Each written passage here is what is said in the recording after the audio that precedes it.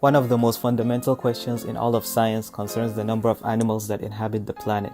Forest reserve wardens often count deer, marine biologists tally fish, and amateurs may count birds visiting a feeder. But is it possible to know how many animals exist? The question is more difficult to answer than it seems at first glance, and highlights the limited current knowledge. One thing that is for sure though is that the planet is made up of a large quantity of fauna and flora. It's simply not possible to count every human, bird, fish, and insect on the planet. Millions are being born daily, some animals are too small to be easily found, and others live in places that are simply inaccessible, even to curious scientists.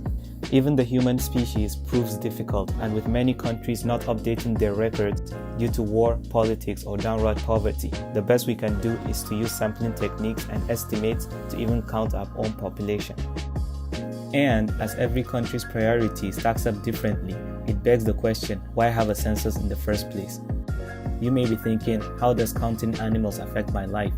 Well, a census is done for a range of purposes which can be summed down to logistics, distribution of funds, marketing, politics, migration patterns, and even noisy neighbors curious about the family next door. And as with many things science, there are a lot of ways to estimate a population, with the most used method being taxonomy, the science of defining and naming groups of biological organisms based on shared characteristics.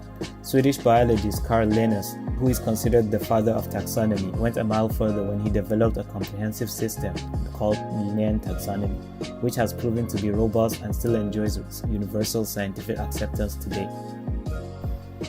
But even with this, estimates of the number of world species vary widely from 1.5 million on the lower end and up to 50 million by some estimates. A reason for this discrepancy is what many consider living things in their research, with some scientists only including naturally occurring animals, some plants, animals, fungi, and bacteria, and others even including lab-grown strands of viruses. This just shows no one for sure knows how many species of animals exist.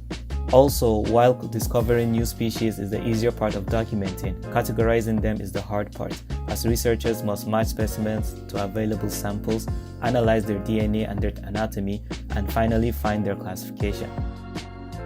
It is a process that is time-consuming and often turns up as inconclusive.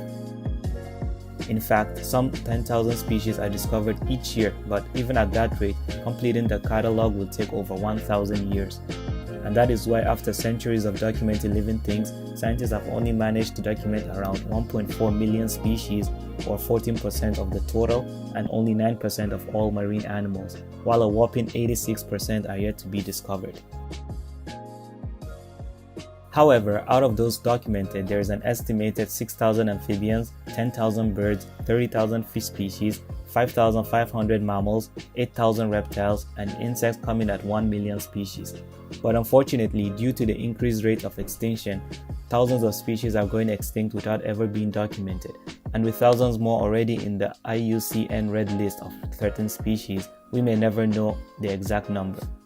Also, when it comes to the total number of animals, according to mathematician, computer science expert, and animal rights activist Brian Tomasic, his catalog estimates the number of individual animals up to approximately 20 quintillion, or a number with this amount of zeros, of humans, fish, ants, termites, coyotes, cavemen, and much, much more.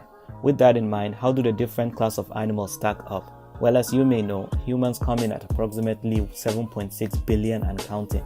This means that for every one human, there are 25 birds, 12 mammals, 10 reptiles, 13 amphibians, and 12,500 fishes in the sea. On the more extreme, for every person, there are 1 million earthworms and a whopping 12 million insects. So, along with humans, which individual animal is in the 7 billion club? Well, while humans outnumber every single mammal species, livestock outnumber people 3 to 1, with chickens making 80% of that number.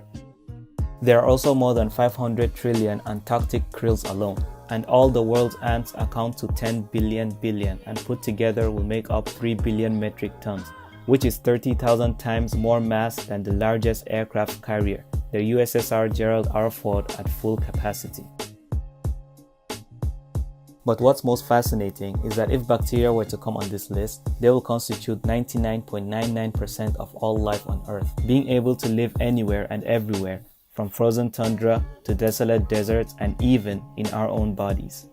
And considering the fact that they withstood every extinction level event to date, they are truly the dominant species. It took a long time for life to get to where it is now, so the next time you hear activists clamoring with regards to endangered animals, now you know the numbers. So anyway, thanks for watching. This is Ghost Legend, and if you like this video, please click the like button, and I would love to hear your thoughts about it.